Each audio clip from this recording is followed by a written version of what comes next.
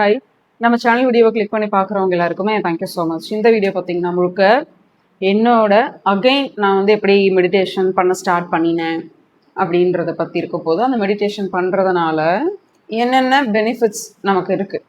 ஏன்னா வந்துட்டு அது தெரியணும் இல்லையா? இன்னைக்கு மெடிடேஷன்லாம் நிறையா பேர் பண்ணுறாங்க. பட் வந்து பண்ணாதவங்களுக்கும் பண்ணணும்னு நினைக்கிறவங்களுக்கும் கண்டிப்பாக இந்த வீடியோ வந்துட்டு நான் சொல்கிற பாயிண்ட்ஸ் எல்லாமே உங்களுக்கு யூஸ்ஃபுல்லாக தான் இருக்கும்.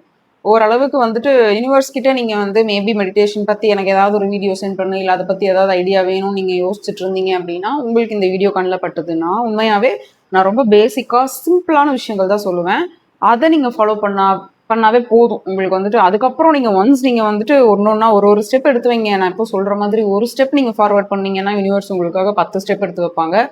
ஸோ வந்துட்டு மெடிடேஷன்னால நமக்கு என்னென்ன பெனிஃபிட்ஸ் இருக்குதுன்னு வீடியோவில் போய் பார்க்கலாம். நம்மளோட சேனல் பொறுத்த வரைக்கும் எல்லாமே என்னோட எக்ஸ்பீரியன்ஸு, என்னோட தாட்ஸு, என் லைஃப்பில் எனக்கு என்ன நடக்குது, ஒன்றுமே அது பாசிட்டிவாக இருக்கட்டும் நெகட்டிவாக இருக்கட்டும், அதில் நான் என்ன கற்றுக்கிட்டேன், அதனால் என்னென்ன நடக்குது, ரியாலிட்டியில் நான் என்னென்ன ஃபேஸ் பண்ணியிருக்கேன், நல்லதோ கெட்டதோ எல்லாத்தையுமே தான் நம்ம வந்து சேனலில் வீடியோவை போட்டுட்ருக்கோம் இல்லைங்களா? கண்டிப்பாகவே இது வந்து நிறையா கொஞ்சம் பேருக்காவது யூஸ்ஃபுல்லாக இருக்கும் நம்புகிறேன். இப்போ ஏன் இதை நான் சொல்கிறேன்னா, இப்போ மெடிடேஷன் பண்ணணும்னு சொல்லியிருந்தேன். அப்புறம் வந்துட்டு இன்றைக்கி வந்து ரொம்ப ஸ்பிரிச்சுவல் பற்றியும் கடவுள் பற்றியும் சாமி கும்பிடுங்கிறத பற்றியும் பேசுகிறேன். நான் வந்துட்டு நம்ம வீடியோஸ் பார்க்குறவங்களுக்கு தெரியும், நான் வந்துட்டு ஒரு டைமில் ஒரு 10 இயர்ஸ் பேக் வந்து நான் ஒரு ஏத்திஸ்டாக தான் இருந்தேன். சாமியை கும்பிடாமல் ஒரு நாத்திகனாக இருந்தேன். கோயிலுக்கு போக பிடிக்காது மட்டும் இல்லை, கண்டபடி திட்டுவேன் சாமியை யாரெல்லாம் கும்பிட்றாங்களோ அவங்களெல்லாம் திட்டுவேன். அப்படிங்கும்பொழுது அப்படி இருந்துட்டு இப்போ அதோட ஆப்போசிட் வெர்ஷனுக்கு நான் வரும்பொழுது நான் நினைக்கிறது என்னன்னா, எனக்கு ரொம்ப முழு ரைட்ஸ் இருக்கு. அதாவது அப்படியும் நான் இருந்திருக்கேன், இப்படியும் நான் இருந்திருக்கேன். ஒருவேளை வந்துட்டு எனக்கு ஒரு விஷயம் தெரியாது அப்படின்னா நான் அதை பற்றி பேச முடியாது. பட் நான் அந்த மாதிரி வாழ்ந்திருக்கேன், அதில் இருக்க எக்ஸ்பீரியன்ஸ் எனக்கு கிடச்சிருக்கு. அப்படிங்கும்பொழுது இன்னைக்கு இருக்கிற வெர்ஷன் வேற இல்லையா? ஸோ எனக்கு அதோட ரிசல்ட் ஃபுல்லாகவே தெரிஞ்சதுனால இன்னைக்கு உங்களோட அந்த ஸ்பிரிச்சுவல் தாட்ஸ் மூலமாக நம்ம லைஃப் எவ்வளோ நல்லா இருக்குங்கிறத எப்படி நான் சொல்லிட்டு இருக்கேனோ, அதே மாதிரி மெடிடேஷனுங்கிற ஒரு விஷயமும். ஏன்னா வந்துட்டு நான் ஒரு 3-4 இயர்ஸ் முன்னாடியே வந்துட்டு ரேக்கி ஹீலிங், ரேக்கி மெடிடேஷன்லாம் வந்துட்டு கிளாஸ் போனேன், அதெல்லாம் கற்றுக்கிட்டாச்சு. ஸோ அதை வந்துட்டு நான் ரெகுலராக ப்ராக்டிஸும் பண்ணிக்கிட்டு இருந்தேன். இப்போ 2025 ஜூன் எனக்கு வந்துட்டு த்ரோட்டில் ஒரு இன்ஃபெக்ஷன் கிடையாது, அது த்ரோட்டில் ஒரு நாடியூல்னு சொல்லுவாங்க. அந்த மாதிரி த்ரோட்டு வந்து கண்டிப்பாக அப்படியே வாய்ஸே சேஞ்ச் ஆகிடுச்சு ரைட் சைடில். அதனால் வந்துட்டு நான் வீடியோஸ் போடாமல் இருந்தேன். அதுவுமே நான் வீடியோ பண்ணியிருப்பேன். அந்த கேப்பில் அந்த ட்ரீட்மெண்ட்டுக்கு உண்டான கேப்பில் தான் நான் வந்து 2 இயர்ஸ் முன்னாடி விபாசனா போகணும்னு நினச்சிட்டு இருந்தேன். அந்த விஷயம் இப்போ 10 டேஸ் விபாசனா கூட எனக்கு அந்த உடம்பு முடியாமல் இருந்த டைமில் தான் நான் போயிருந்தேன். மீன் த்ரோட் சரியில்லாத டைமில் தான் நான் அந்த விபாசனா கூட போயிருந்தேன். ஸோ அவ்வளோ நெகட்டிவாக இருந்தாலும் அதில் நான் நினச்ச ஒரு விஷயம் பாசிட்டிவாக இருந்ததுங்கிறதும் நான் வந்து வீடியோவில் சொல்லியிருப்பேன். இப்போ ஏன் நான் வந்துட்டு மெடிடேஷன் பற்றி சொல்லிட்டு இதை சொல்கிறேன் அப்படின்னு சொல்கிறேன். என்ன நடந்தாலும் முன்னாடிலாம் நான் வந்து காலையில் 5 மணிக்கு எந்திரிச்சிருவேன். ஒரு 4 வருஷம் முன்னாடி எந்திரிச்சிட்டு எனக்கு தெரிஞ்ச மாதிரி அஃபர்மேஷன்ஸ் கேட்குறது, யோகா பண்ணுறது, அப்புறம் அவ்வளோதான். மெடிடேஷனுங்கிறது ஒரு 10 மினிட்ஸ் 15 மினிட்ஸ் வந்துட்டு ஒரு கைடட் மெடிடேஷன் மாதிரி யூடியூப்பில் போட்டுட்டு கேட்டுட்டு இருந்தேன். அதுக்கப்புறமா தான் எனக்கா வந்துட்டு திடீர்னு ரைக்கி கற்றுக்கணும்னு தோணுச்சு. ஒரு 2 குருட்ட போய் கற்றுக்கிட்டேன். ஃபர்ஸ்ட் ஒருத்தவங்கள்ட்ட கற்றுக்கிட்டேன், அப்புறமா போய் எங்கள் ஊர்லேயே ஒருத்தர்கிட்ட டேரக்ட் கிளாஸ் போய் கற்றுக்கிட்டேன். அதை வந்து ப்ராப்பராக ஃபாலோ பண்ணவும் ஆரம்பித்தேன். என்றைக்குமே நான் வந்து அதை ஸ்டாப் பண்ணதே இல்லை. இப்போ நான் முன்னாடி சொன்ன மாதிரி அந்த 2025 ஜூனில் எனக்கு வந்துட்டு த்ரோட்டு அந்த ப்ராப்ளம் இஷ்யூ வந்தனால என்னால் வந்துட்டு மெடிடேஷன் பண்ணுற அளவுக்குலாம் மென்டல் ஹெல்த்தாக இருக்கட்டும், ஃபிசிக்கல் ஹெல்த்தாக இருக்கட்டும் உழைக்கவே இல்லை. அது ஒரு மாதிரி ரொம்ப கயாட்டிக் லைஃப்பில் சுச்சுவேஷன்ஸாக இருந்தது. ஸோ நானும் வந்துட்டு அது கொஞ்சம் சரியாக ஓகே, ஒரு எப்போ சரியாச்சுன்னா ஜூன் டு டிசம்பர், ஜான்வரியில் எனக்கு வந்து சரியாயிடுச்சு. ஜூன், ஜூலை, ஆகஸ்ட், செப்டம்பர், 8 மந்த்ஸுக்கு அப்புறம் எனக்கு சரியாயிடுச்சு. அதுக்கப்புறம் நம்ம வந்துட்டு ஸ்டார்ட் பண்ணலான்னு சொல்லிட்டு ஜனவரியிலேருந்து ட்ரை பண்ணுறேன் 5 மாதமா. அந்த 5 மாதமும் எப்படி இருந்ததுன்னா, ஒரு பெரிய ஒரு வில்லன் சோம்பேறிங்கிற ஒருத்தன் வந்து என் உடம்புல உட்காந்துட்டு என்னை பண்ணவே விட மாட்டான். ஐ மீன் நான் தான் சோம்பேறின்னு நான் சொல்கிறது வந்து அந்த சோம்பேறித்தனம் வந்து என்னை எந்திரிக்க விடாது. ஐயோ நேரமாக எந்திரிச்சு என்ன பண்ண போகிறோம், நீ தூங்கு பரவாயில்ல தூங்கு அப்படின்ட்டு நான் 7 மணி 7:30 மணிக்கெலாம் எந்திரிச்சிருக்கேன். ஆரம்பத்தில் வந்து எனக்கு கில்ட் இல்லாமல் தான் நான் எந்திரிப்பேன். சரி நமக்கு தான் உடம்பு சரியில்லாமல் இருந்தது இல்லை, அதனால நம்ம தூங்கலாம், ஒன்றும் பிரச்சனை இல்லை. ஏன்னா வந்துட்டு பேசவே கூடாதுன்ட்டாங்க. நான் வந்து பேசுகிற வேலையே இருக்கக்கூடாது. நிறைய ஃபுட் ஹேபிட்ஸ்லேருந்து எல்லாம் மாறினனால எனக்கு வந்து இந்த ரொட்டீனுக்குள்ளேருந்து நான் அப்படியே டிவியேட் ஆகி போயிட்டேன் நார்மல் ரொட்டீனுக்கு. ஸோ அந்த சோம்பேறித்தனத்திலேருந்து என்னால் வெளியில் வரவே முடியல. என்னால் நார்மலாக எஞ்சிக்க முடியல, மெடிடேட் பண்ண முடியல, யோகா பண்ண முடியல, கிராட்டிடியூட் எழுத முடியல. நான் வந்து ரொம்ப ஸ்ட்ரகிள் பண்ணிட்டு இருந்தேன்.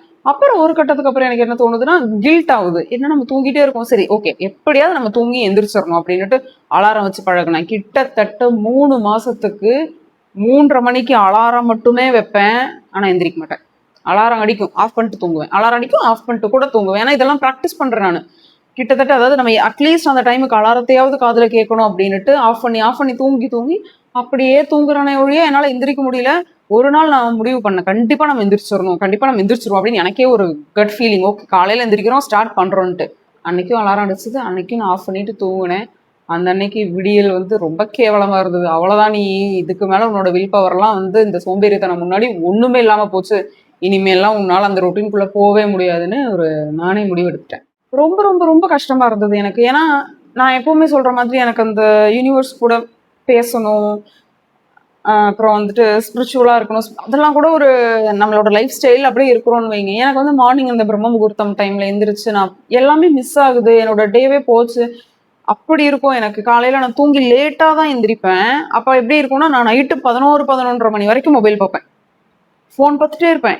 என்ன பார்ப்பேனே எனக்கு தெரியாது, ஸ்க்ரால் பண்ணிக்கிட்டே இருப்பேன். அது அப்படியே ஒரு மாதிரி தூக்கம் வரும், வச்சுட்டு தூங்கிடுவேன். காலையில 7-7:30 தானே எந்திரிக்கிறோங்கிற ஒரு சோம்பேறித்தனத்துல நைட்டு நான் ஃபுல்லா பார்ப்பேன். இதெல்லாமே இப்போ ரீசெண்டா ஒரு பிப்ரவரிக்கு அப்புறம் இந்த ஜூனுக்கு முன்னாடி வரைக்கும் இப்படிதான் இருந்தது. என்னோட வாழ்க்கையை வந்து இப்படிதான் மிக மிக கேவலமாக இருந்தது. அதனாலதான் வந்து இந்த 1 இயர்க்குள்ள நான் இந்த மெடிடேஷன் பண்ணுங்க, யோகா பண்ணுங்க, வாக்கிங் போங்கலாம் நான் எந்த வீடியோவுமே போட்டிருக்க மாட்டேன். நம்மளே இங்கே ததிகினத்தம் மாடிக்கிட்டு இருக்கோம், நம்ம எதுக்கு மற்றவங்களுக்கு சொல்லிட்டு போது நம்ம திருந்தலாம் அப்படின்னுட்டு தான் எதுவுமே பண்ணலை. ஸோ அகைன் வந்துட்டு ஏன்னா இப்போ நானும் நினைப்பேன், எந்திரிக்கணும் பண்ணணும்னு நினைப்பேன்.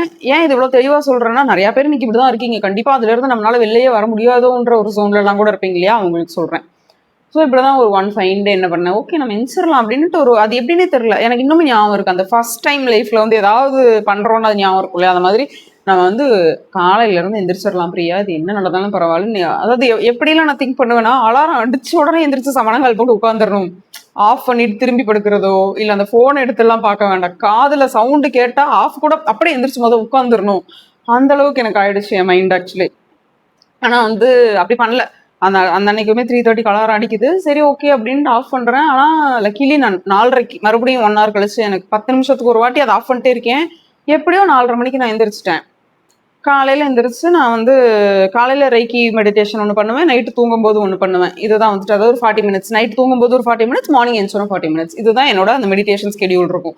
அந்த மெடிடேஷன் முடிச்சுட்டு தான் காலையில யோகா பண்றது இருக்கட்டும், வாக்கிங் பண்றது, அப்புறம் இது எல்லாமே இருக்கும் வைங்களேன்.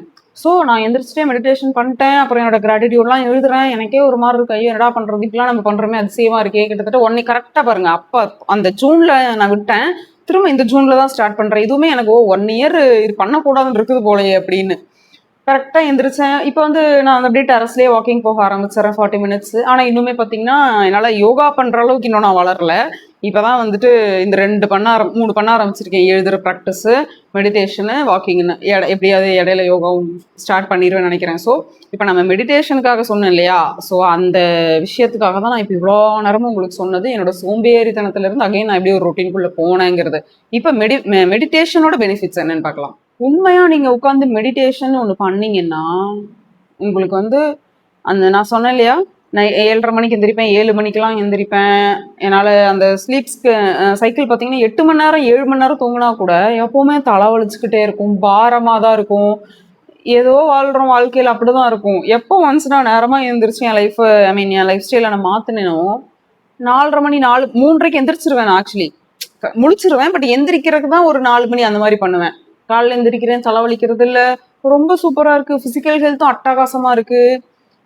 அப்புறம் வந்து நமக்கு ஏதோ சூப்பர் பவர் கிடைச்ச மாதிரி எனக்கு ரொம்ப நாள் கழிச்சு யாரெல்லாம் என் மைண்ட்ல திடீர்னு வராங்களோ அவங்கெல்லாம் எனக்கு ஃபோன் பண்றதா இருக்கட்டும், வீட்டுக்கு வர்றதா இருக்கட்டும், எப்படியாவது ஒரு 3rd person மூலமா கூட அவங்கள பத்தி தெரிஞ்சுக்கிறதா இருக்கட்டும் அப்படின்னுட்டு இந்த மாதிரி நிறைய விஷயங்கள். என்னடா அது நமக்கு எதுவும் பவர் வந்துருச்சானா கண்டிப்பா அப்படிலாம் இல்லை. நம்மளோட ஒரு அந்த கான்சியஸ்னஸ் வளர வளர யூனிவர்ஸ் நம்ம கூட கம்யூனிகேட் பண்ணுவாங்க, இந்தா நீ வச்சுக்கோ, இந்தா நீ இதை வச்சுக்கோ அப்படின்ட்டு நமக்கா ஒரு இன்ட்யூஷன்ஸ் கிரியேட் ஆகும், அவ்வளவுதான்.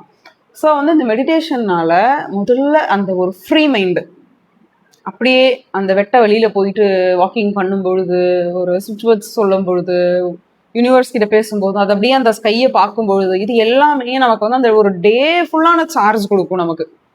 அது வந்து ரொம்ப பெஸ்ட் ஃபீலிங், தி பெஸ்ட் ஃபீலிங்காக சொல்லுவேன். ஸோ தயவு செஞ்சு மெடிடேஷன் பண்ணணும்னு நினச்சிங்கன்னா என்ன மெடிடேஷனுங்க பண்ணுறதுன்னா, எல்லாருமே ஏதாவது ஒரு மெடிடேஷன் கிளாஸ்க்கு போங்கன்னு சொல்லலை, கைடட் மெடிடேஷன் பண்ணுங்க, அது போதும். சரிங்களா? ஒரு 30 மினிட்ஸ் இல்லை ஒரு ஃபர்ஸ்ட் இனிஷியலாக ஒரு 15 மினிட்ஸ் ஆர் 20 மினிட்ஸுக்கு உண்டான ஒரு கைடட் மெடிடேஷன் உங்களுக்கு எது பெஸ்ட்டாக தோணுதோ அதை எடுத்துக்கோங்க. ஏர்லி மார்னிங் மெடிடேஷன் சொல்கிறேன். அதை நீங்கள் கேட்க ஆரம்பிச்சிங்க அப்படின்னாலே உங்களுக்கு வந்து கண்டிப்பாக லைஃப் ஸ்டைல், உங்களோட மைண்ட் பேட்டர்ன், லைஃப்பில் இருக்கிற சுச்சுவேஷன்ஸ், உங்களோட எக்ஸ்பீரியன்ஸ் எல்லாமே மாறும், உண்மையாகவே மாறும்.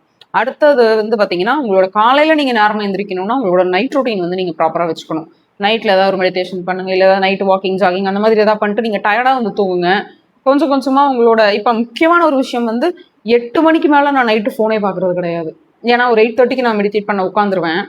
ஸோ வந்துட்டு 8 மணிக்கு மேலே எனக்கே ஃபோனே பார்க்க தோணாது. நான் பாட்டுக்கு ஃபோனை வச்சுட்டு இதெல்லாமே எனக்கு ரொம்ப ஜாலியாக இருக்கும். ஏன்னா இதெல்லாம் தான் என்னோட பழைய ரொட்டீன். திரும்ப நான் அதுக்குள்ளே வந்ததுக்கு வந்துட்டு உண்மையாகவே யாருக்கு தேங்க்யூ சொல்கிறதுனே தெரில. அகைன் யூனிவர்ஸுக்கு, முட்டத்தத்தாக்கு தான் நான் தேங்க்யூ சொல்லணும்.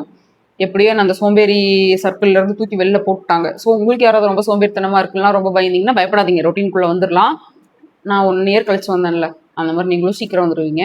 ஸோ வந்துட்டு உங்கள் லைஃப்பில் அடுத்த ஸ்டெப்பு நீங்கள் போகணுன்னாவே நீங்கள் எடுத்து வைக்கிற முதல் படி மெடிடேஷன் தான். ஸோ அதை ஸ்டார்ட் பண்ணுங்கள். தேங்க்யூ.